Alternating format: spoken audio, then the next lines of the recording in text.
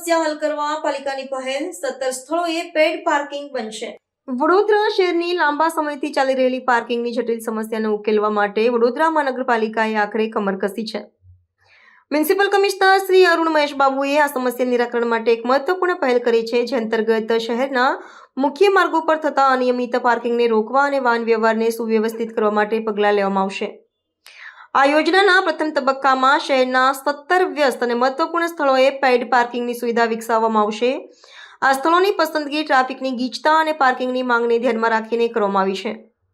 પાલિકા દ્વારા ટૂંક સમયમાં પ્રોજેક્ટ માટે અખબારોમાં ટેન્ડર પ્રક્રિયા શરૂ કરવામાં આવશે। આ નવી વ્યવસ્થાથી રસ્તા પર આડેધડ પાર્ક થતા વાહનો પર નિયંત્રણ આવશે અને ટ્રાફિકની સમસ્યામાં ઘટાડો થશે તેવી અપેક્ષા છે।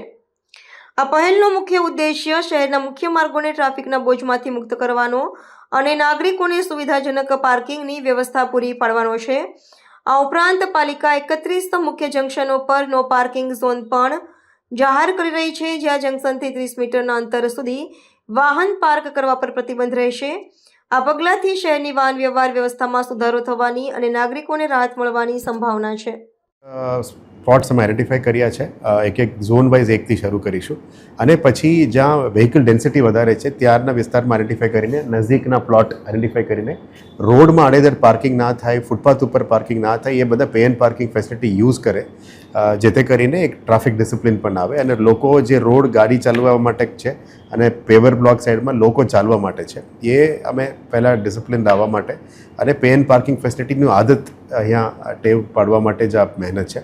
આવનારા દિવસોમાં દરેક ઝોન, દરેક હાઈ વ્હીકલ ડેન્સિટી વિસ્તારમાં પાર્કિંગની વ્યવસ્થા અમે ઊભું કરીશું।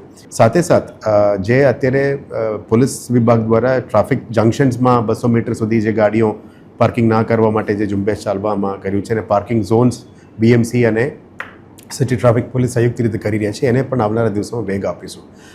સાથે જે સ્ટ્રીટ વેન્ડિંગ માટે પણ આપણે ઝોન્સ તૈયાર કરી હતી, આ સ્ટ્રીટ વેન્ડિંગને વેગ આપતા હોકર ઝોન્સ અને સ્ટ્રીટ વેન્ડિંગ ઝોન્સનું અમુક દિવસોથી વાત ચાલી રહ્યા છે, એને પણ એક વેગ આપતા અમે વેજીટેબલ માર્કેટ્સ અને શોપિંગ સેન્ટર્સ અને વેન્ડિંગ ઝોન્સ એને માટે આવનારા દિવસોમાં પ્રાયોરિટી આપીશું, જેમાં વીએમસીની જે પ્લોટ્સ છે એમાં બેઝિક ફેસિલિટીઝ પહેલાં કરવાનું છે અને જે રોડ્સમાં જેની ધંધો પણ ઇફેક્ટ ના થાય પણ નજીકના વીએમસીની કયા પ્લોટ ઉપર એમને શિફ્ટ કરી શકાય એના ઉપર આવનારા દિવસોમાં વેગ આપવામાં આવશે। એ બાબતનું આજે મીટિંગ અને નિર્ણયો લેવામાં આવ્યા। ઘણા જગ્યામાં પાર્કિંગનું ઇશ્યુઝ આપ જોવા મળે છે, રોડની અંદર લોકો આડેધડ પાર્કિંગ કરીને કંઈ સિસ્ટમ્સ નથી જોવા મળતો, એટલે પહેલાં પે એન્ડ પાર્કિંગમાં પહેલાં એક વખત જાહેરાત કરીને 2-3 જગ્યામાં પે એન્ડ પાર્કિંગ શરૂ કરવામાં આવી હતી।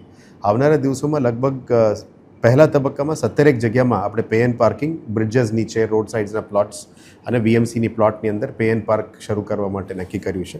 એના માટે હરાજી, અપસેટ પ્રાઇસ બધું નક્કી કરીને ટેન્ડરિંગનું પ્રક્રિયા શરૂ કરી દીધી છે, એટલે કદાચ આપણે જાહેરાતમાં પણ વાંચ્યું હશે કે પહેલા તબક્કામાં 3-4 જગ્યાની શરૂ કરી દીધી છે।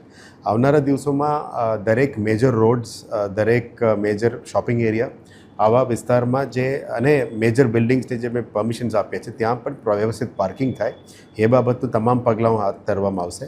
આપ જાણો છો કે વીએમસી જ્યારે રોડ બનાવતો હોય, સ્ટ્રીટ્સ બનાવતા હોય, અદરવાઇઝ પરમિશન્સ આપતા હોય ત્યારે પાર્કિંગ એક મહત્વપૂર્ણ ઇમ્પોર્ટન્ટ વસ્તુ છે અને વડોદરા સિટીમાં એક પાર્કિંગ ડિસિપ્લિન આવે એ બાબતનું તૈયારીઓ સાથે અત્યારે આ પે એન્ડ પાર્કિંગની ફેસિલિટી શરૂ કરવા માટે નક્કી કર્યું છે।